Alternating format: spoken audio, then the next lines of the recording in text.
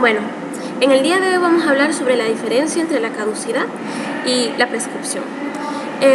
Para empezar podemos plantear que hay que tener en cuenta que los derechos no pueden ser eternos. Esto es debido a que el limbo que puede producirse debido, por ejemplo, digamos, a la incertidumbre de que una persona no ejerza un derecho, o bien dentro de un proceso, ¿qué tan eternos serían si, por ejemplo, los derechos a ejercer actos procesales no terminaran nunca? Bueno, para empezar, hablemos de la prescripción. La prescripción viene del latín, que significa escribir antes o escribir al principio.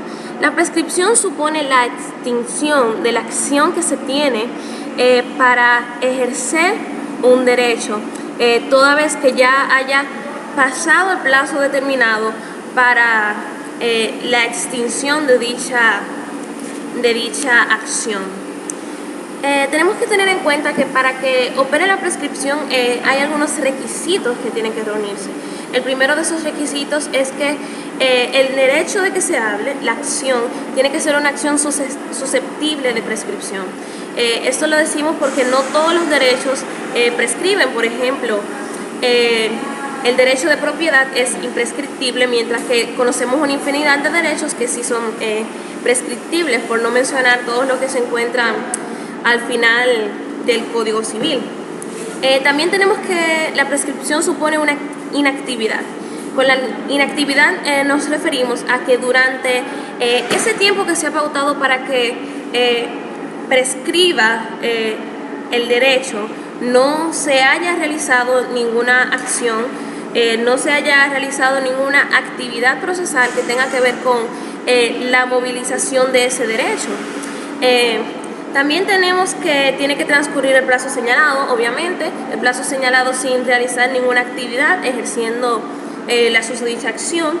Y otro requisito importante es que la prescripción, para ser pronunciada, tiene que ser alegada por parte y no ser renunciada por la contraparte.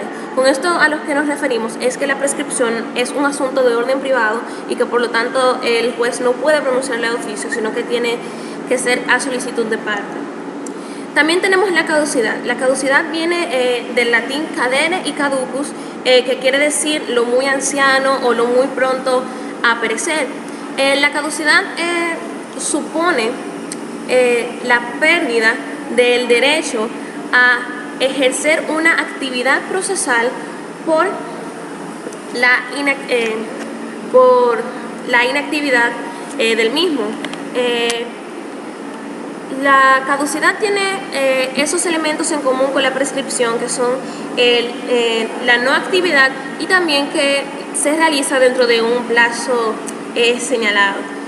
Sin embargo, lo que más hay son marcadas diferencias, aún en esos dos elementos que hemos mencionado.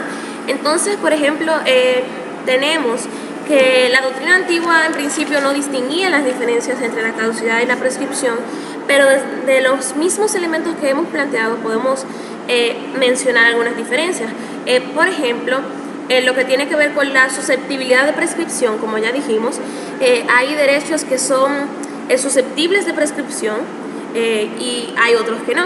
Sin embargo, lo que tiene que ver con la caducidad, las actividades procesales siempre están sujetas a un plazo. Lo que queremos decir es que siempre todas están sujetas a la caducidad. En cuanto tiene que ver con la inactividad, esto es un punto muy importante, porque la inactividad de la prescripción quiere decir que no se haya realizado ningún acto tendente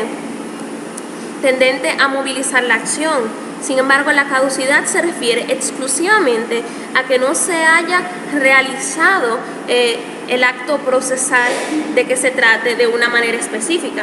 Así, por ejemplo, la prescripción puede detenerse cuando se realice cualquier acto procesal, inclusive no una demanda de justicia, sino un mandamiento de pago, etc. Mientras que la caducidad supone que se realice exactamente el acto procesal de que se trata. Por ejemplo, en el caso de la apelación se trata obviamente de que se introduzca el recurso de apelación. También tenemos el plazo señalado. Este es otro punto muy importante también, porque el plazo en la prescripción y en la caducidad opera de una manera diferente. Así tenemos, por ejemplo, que en la prescripción el plazo puede ser interrumpido, puede ser de diferentes maneras, puede ser detenido y puede ser detenido y también puede ser suspendido. Con esto queremos decir que el plazo se detiene cuando ya el mismo deja de correr, y cuando vuelve a computarse el plazo se empieza desde el principio. Y hablamos de que se suspende cuando, por ejemplo, existe alguna situación que haga que momentáneamente se detenga el plazo, pero que cuando esa situación desaparezca, el plazo se computa justamente desde el momento donde se detuvo. Sin embargo, no tenemos esa flexibilidad con la caducidad. La caducidad, una vez que empieza, termina, es decir, no se detiene y no se suspende.